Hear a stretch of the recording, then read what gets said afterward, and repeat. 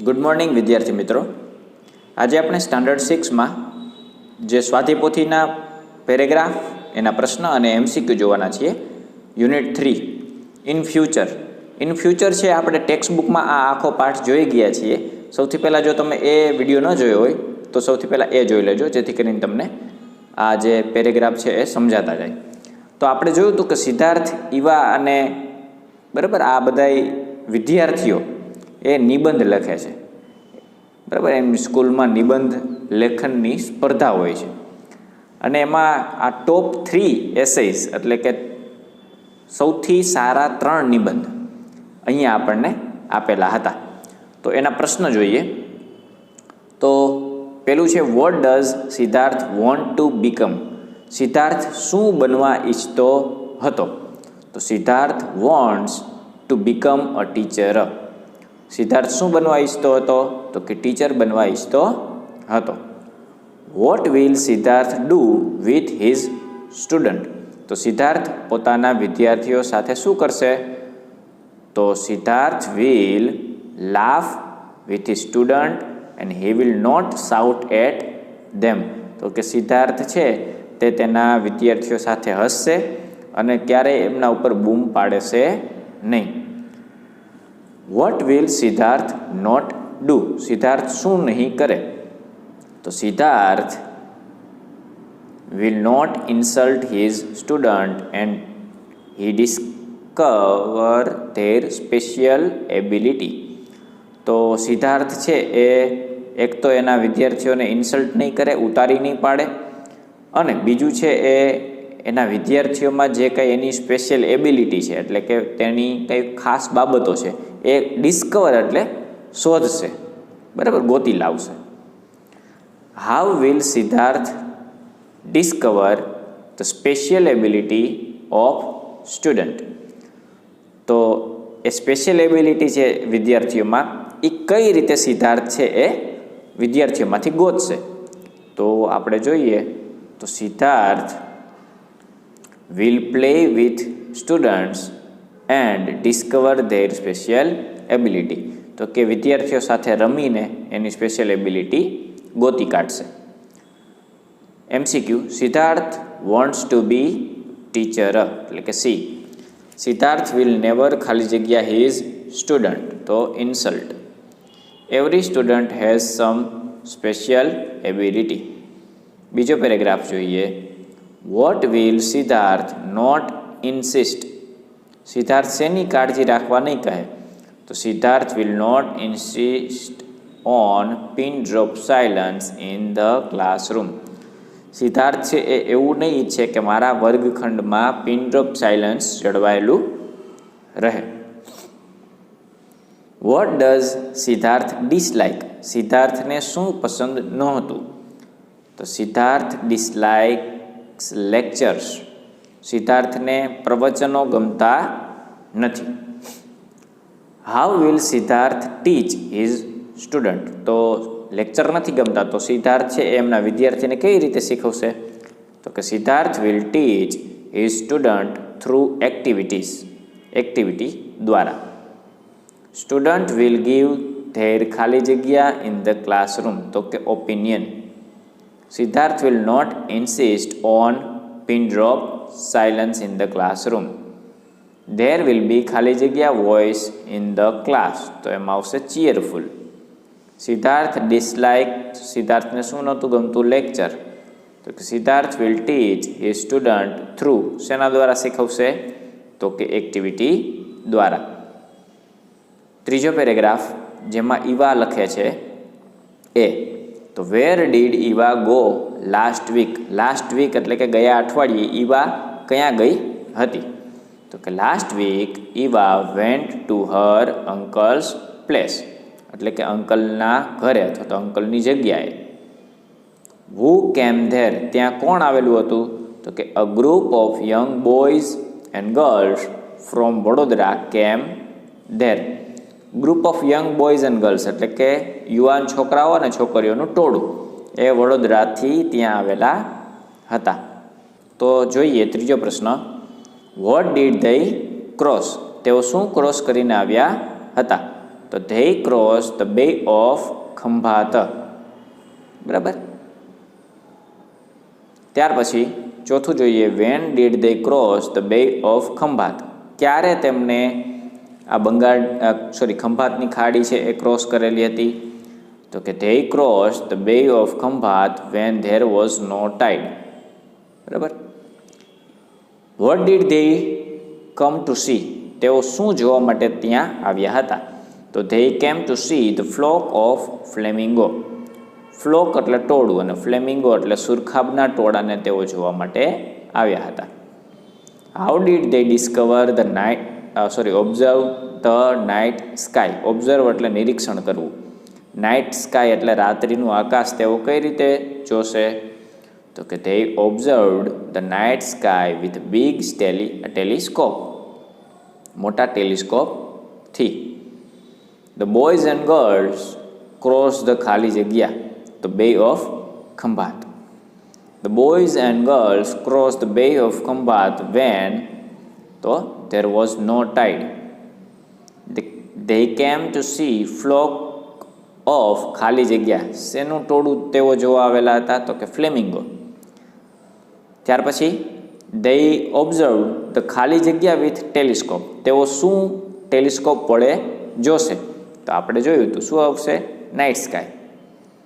ત્યાર પછી which word is used for group of birds?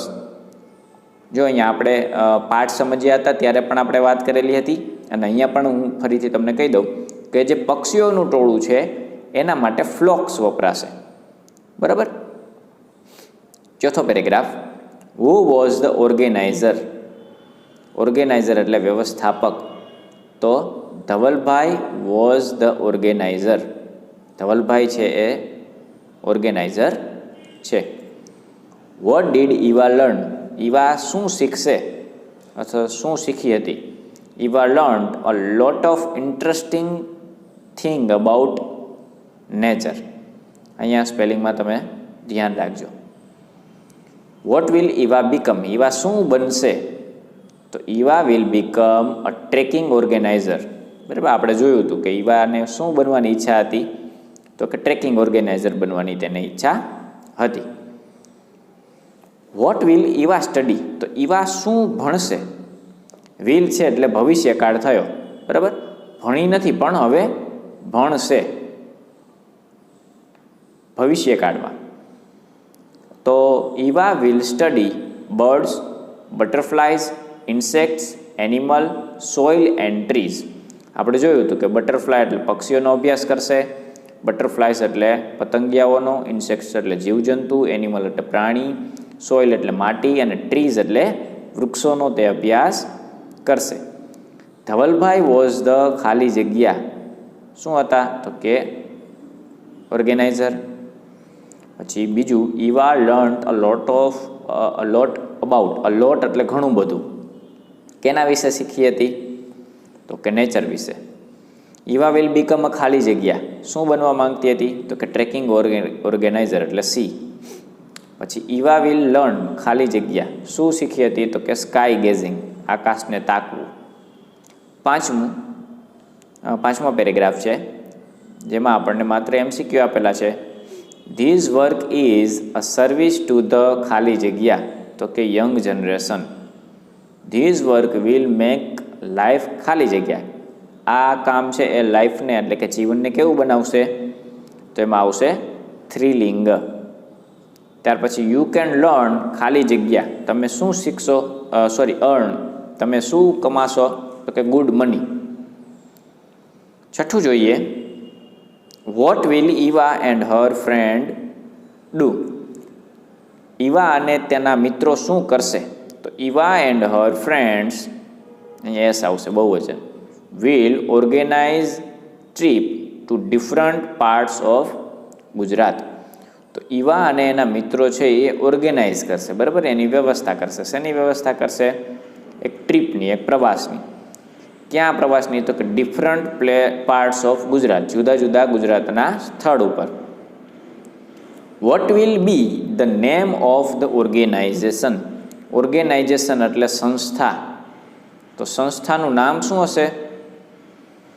The name of the organization will be Together with Nature. તો આ આખી સંસ્થાનું નામ હશે ટુગેધર વિથ નેચર, એટલે પ્રકૃતિની સાથે અથવા તો કુદરતની સાથે. The name of the organisation will be, ઓર્ગેનાઇઝેશનનું નામ શું હશે? તો કે ટુગેધર વિથ નેચર. 7મો જોઈએ. વોટ ડઝ નીતિન લવ?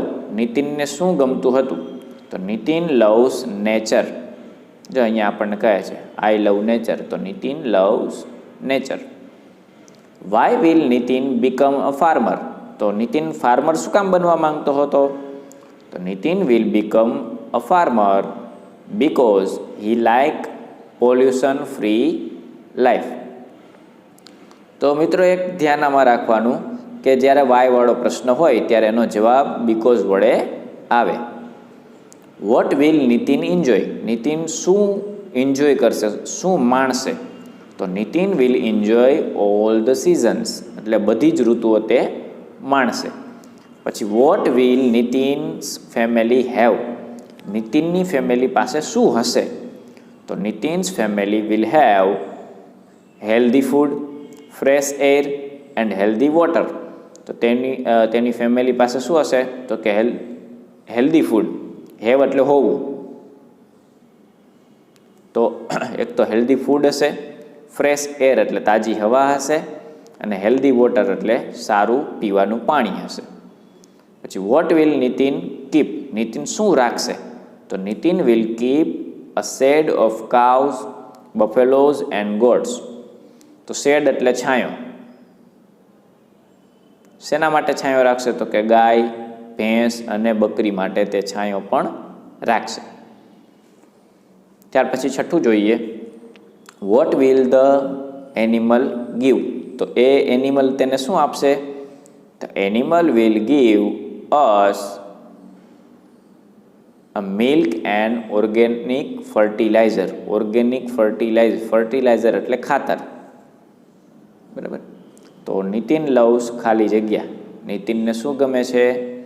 તો કે નેચર, એટલે એમાં આવશે સી. નીતિન લાઇક્સ એ ખાલી જગ્યા લાઈફ, તો pollution free life. Where does farmer keep કાવ એન્ડ બફેલો? તો ખેડૂતો છે ગાય અને ભેંસને ક્યાં રાખે છે? તો કે શેડમાં. 8મું જોઈએ. What will Nitin grow?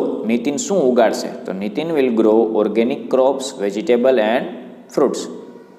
બરાબર, vegetables and fruits. What can a farmer enjoy? તો ફાર્મર શું માણી શકે છે? તો a farmer can enjoy family life and healthy life. તો એક તો તેની ફેમિલી લાઈફ માણી શકે છે, કુટુંબ જીવન, અને બીજું એક હેલ્ધી લાઈફ એટલે કે સ્વાસ્થ્ય પોતાનું સારું રહે છે. What can a farmer give to others? તો એક ખેડૂત છે એ બીજાને શું આપી શકે છે? તો a farmer can give a healthy life to other.